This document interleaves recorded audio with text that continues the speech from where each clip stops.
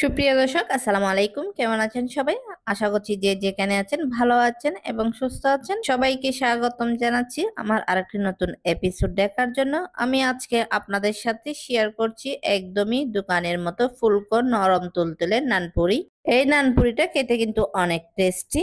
তৈরি করা কিন্তু একদমই সহজ। আপনারা বাড়িতে ট্রাই করে দেখতে পারেন। আশা করছি আজকের এই রেসিপি আপনাদের খুবই ভালো লাগবে।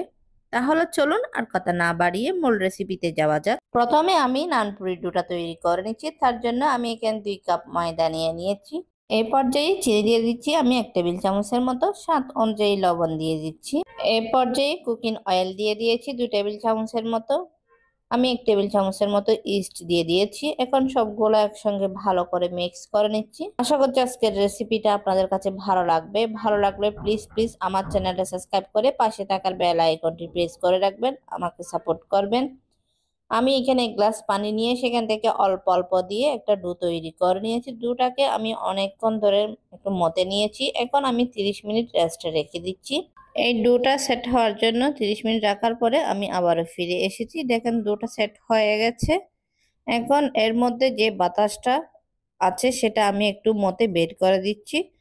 দেখেন মতে নেওয়ার পরে আমি ছোট ছোট লিচি কেটে নিয়েছি। এবার আমি রুটিটা বেলে নিব। এই পর্যায়ে কিন্তু নানপুরিগুলো খুব বেশি পাতলা করে বেলা যাবে না, একটু মোটা করে বেলে নিতে হবে। এইভাবে আমি সবগুলো নানপুরি তৈরি করে নিয়েছি। এখন কিন্তু ভাজার পালা। ভাজার জন্য আমি আগে থেকে অয়েলটা গরম করে নিয়েছি, ভালো করে গরম করে নিতে হবে। এরপরে কিন্তু চুলার ফ্লেমটা মিডিয়ামে রেখে এই পুরিগুলা ভেজে নিতে হবে। পুরিগুলা কিন্তু দেওয়ার সঙ্গে সঙ্গে কিন্তু ফুলে উঠেছে, কারণ অয়েলটা কিন্তু ভালো করে গরম করে নিয়েছি এই পর্যায়ে। তার জন্য দেখেন কেমন ফুলে উঠেছে। পুরিগুলা খেতে কিন্তু অনেক টেস্টি। তৈরি করা কিন্তু একদমই সহজ। কোনো রকমের টক দই আমি এখানে ব্যবহার করি নাই, শুধুমাত্র ময়দা আর ইস্ট দিয়ে এই নানপুরিটা তৈরি করেছি। দেখেন দেখতে কত লোভনীয় হয়েছে এই ফুলকো ফুলকো নানপুরিগুলা, খেতেও কিন্তু অনেক টেস্টি। আশা করছি আজকের এই সহজ নানপুরি রেসিপিটা আপনাদের কাছে ভালো লেগেছে। ভালো লেগে থাকলে লাইক, কমেন্ট এবং বেশি বেশি করে শেয়ার করবেন। আমার সবগুলো নানপুরি কিন্তু ভাজা হয়ে গেছে। এখন পরিবেশনের পালা। আমি আপনাদেরকে পরিবেশন করে দেখাচ্ছি। দেখেন দেখতে কত লোভনীয় হয়েছে এই নানপুরিগুলা, খেতেও কিন্তু অনেক টেস্টি। দেখেন কত নরম তুলতুলে সফট হয়েছে এই নানপুরিটা। আপনারা চাইলে এইভাবে একবার হলো বাসায় ট্রাই করে দেখতে পারেন। এইভাবে একবার ফুলকো নরম তুলতুলে নানপুরি বাড়িতে বানিয়ে দেখতে পারেন। মনে হবে দোকানে তৈরি নানপুরির মতো। খেতেও কিন্তু অনেক টেস্টি।